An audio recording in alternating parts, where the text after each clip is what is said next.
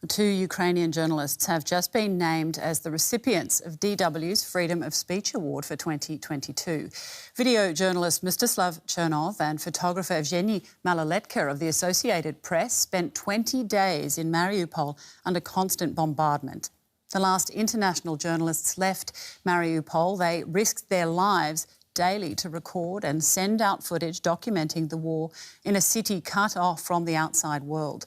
The DW Freedom of Speech Award honours people who have done outstanding in their efforts to promote freedom of expression and report the truth. A warning to our viewers, this report does include some distressing images and we won't have video statements from the laureates.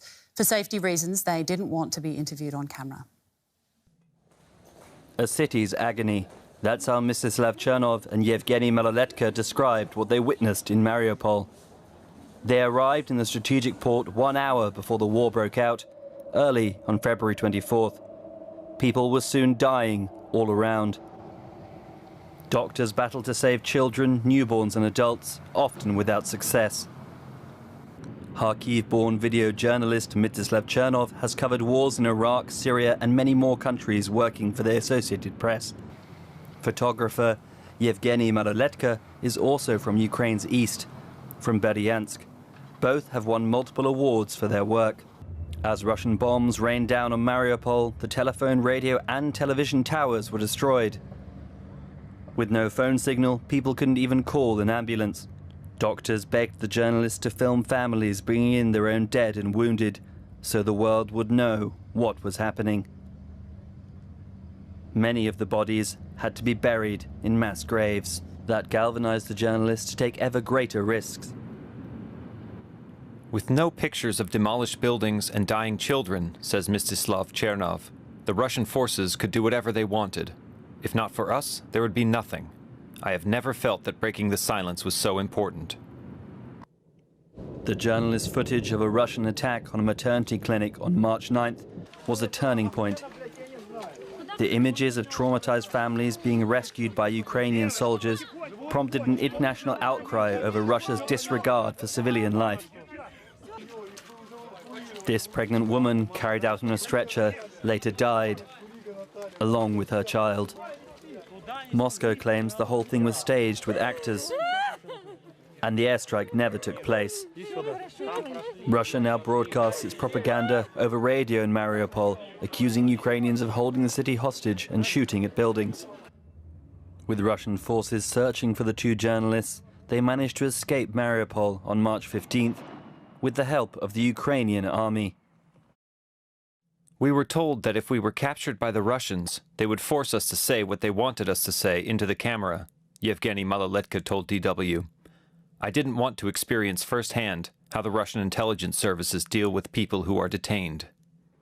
The pair continue to report on the war in Ukraine from elsewhere in the country. DW's Director General Peter Limburg is in the studio with me. Mr. Limburg, welcome.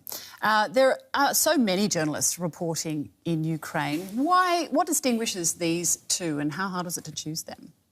Yeah, one has to say that there are really a lot of great and really brave war reporters in Ukraine. And Rebecca, you were among them. You were in Kiev. You just returned. So, but I think the two, Chernov and Maloletka, they did something special, being in a place where nobody else was, and they didn't leave it. They just stayed there because they knew, as we saw also in the report, that if they don't bring light into this, nobody will care. And so I think this is an amazing, brave attitude towards our profession. And I think this is why they deserve this award. Yeah, I was just rereading their story yesterday. They wrote something for the Associated Press afterwards, and then they were actually forcibly evacuated by the Ukrainians because their life was at such risk. I mean, it's an incredible story. What message are you or is DW trying to send to other journalists with this year's prize? I think it's also recognition for war reporters and reporters who go into dangerous places, because we all know journalism has become much more dangerous in the past years. But this war is another example for this. And all the wars which we have been covering, whether it's Syria or whether it's some wars far away from Europe, shows us that you have to have free press on the ground. Otherwise, people do horrendous things. And so I think this is why we say that it's important that we have these journalists when they are well educated and trained. I mean, we don't send people into crisis situations who have not the special training, and we do everything to protect them.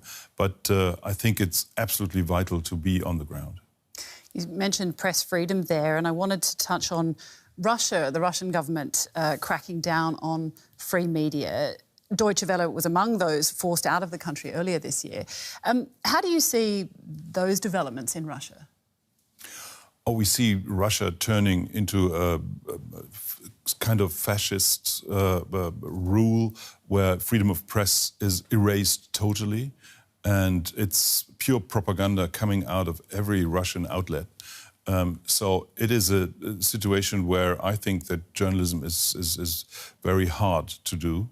And we all see that there are a lot of Russians going into exile, Russian journalists, and we see that we are opening our bureau now in Riga, in Latvia, so that they have more access and be near to Russia. But it's getting difficult, and I think for the coming month and years it will not get better.